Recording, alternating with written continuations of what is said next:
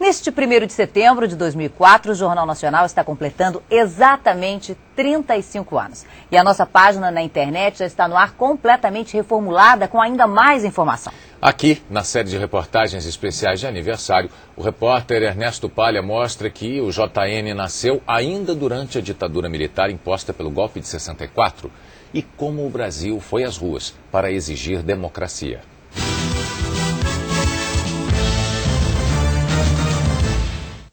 15 de janeiro de 85.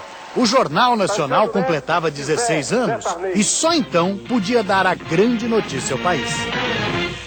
O Brasil tem novo presidente. O candidato da Aliança Democrática, Tancredo Neves, venceu o candidato Paulo Maluf, do PDS, por uma diferença de 300 votos. O país tinha seu primeiro presidente civil desde o golpe de 64, mas Tancredo nunca tomaria posse. Mesmo assim, marcaria o fim do regime militar, período que o Jornal Nacional registrou desde a sua primeira edição.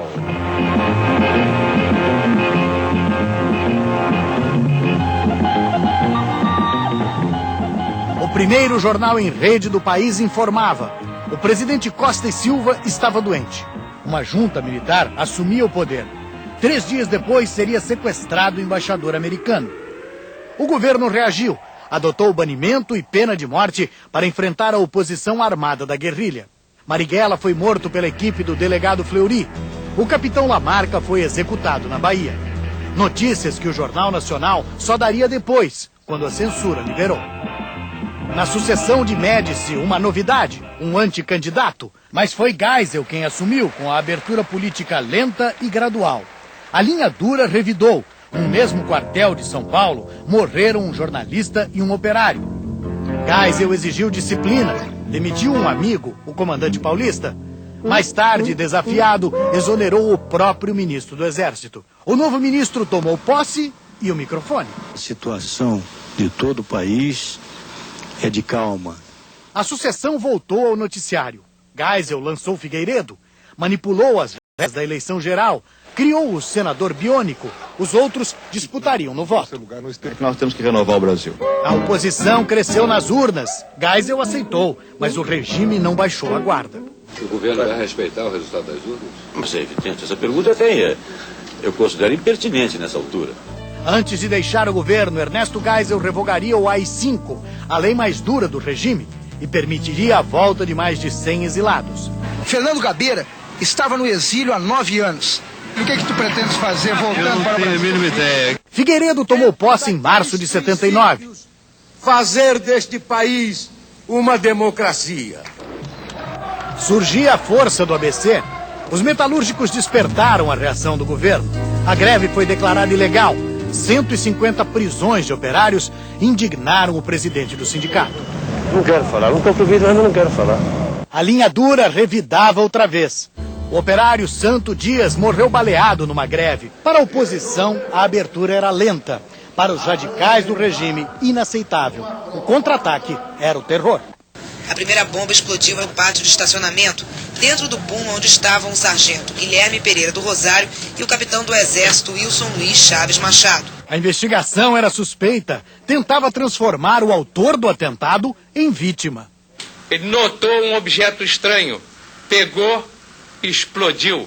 Você acha que alguém vai se suicidar? A manipulação do inquérito abriu crise no governo. O ministro-chefe do Gabinete Civil, general Golbery Couto e Silva, pediu demissão esta noite. Eleição de 82. Políticos caçados estavam de volta. O governo venceu no Congresso, mas a oposição fez 10 governadores. O coração preocupava o general-presidente. O tratamento foi nos Estados Unidos. Aí estão as primeiras imagens do presidente Figueiredo chegando ao prédio central da clínica de Cleveland. Governadores de oposição decidiram por uma ofensiva. Queriam eleições diretas para presidente. Foram a Porto Alegre, depois a São Paulo. À tarde, milhares de pessoas vieram ao centro de São Paulo para, na Praça da Sé, se reunir num comício que pediu eleições diretas para presidente. Era aniversário de São Paulo, 25 de janeiro de 84. 300 mil pessoas tomaram a Praça da Sé. Foi o maior comício pelas diretas até então. Depois dele, a campanha decolou.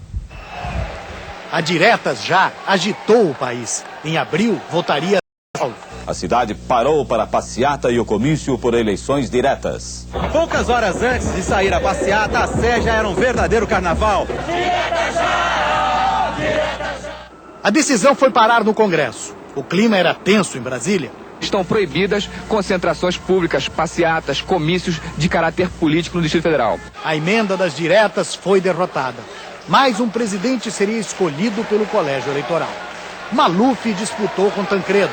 O voto 334 definiu a eleição. Tancredo Neves na vitória! Mas Tancredo não estava bem. Logo cedo, o médico Renaud de Matos foi à granja do Riacho Fundo para examinar o presidente eleito Tancredo Neves, que ontem estava se queixando de dor de garganta. Está bom. Já está bom? À noite, o presidente eleito teve dor forte no abdômen. Quando amanheceu, não houve posse. Tancredo tinha sido operado no hospital de base. E já está com alegria, e de hoje a 8 dias ele volta para dominar. Assustada, a nação tentava entender o diagnóstico. Afinal, era apendicite ou diverticulite? Durante todo o dia, a entrada do Hospital de Base de Brasília ficou assim. Carros oficiais, jornalistas, visitas chegando sem parar. Tancredo piorava. Foi transferido para São Paulo. Uma corrente de fé e solidariedade. A calçada do seu Instituto do Coração em São Paulo virou o altar das orações e da esperança de todo o Brasil. Maria, Mãe de Deus, rogai por nós, pecadores. A gente tem tanta esperança, né, nele. Sei lá o que esse homem abriu. Todo mundo despertou, né? Foram 7 operações em 38 dias. Até que veio a notícia que ninguém queria ouvir. Lamento informar que o excelentíssimo senhor presidente da República, Tancredo de Almeida Neves, faleceu esta noite no Instituto do Coração, às 10 horas e 23 minutos. Era 21 de abril, dia da Inconfidência Mineira. O funeral emocionou o país e pôs fim à agonia. Em 15 de março de 85, a nova república daria posse definitiva ao presidente José Sarney. De Tancredo Neves.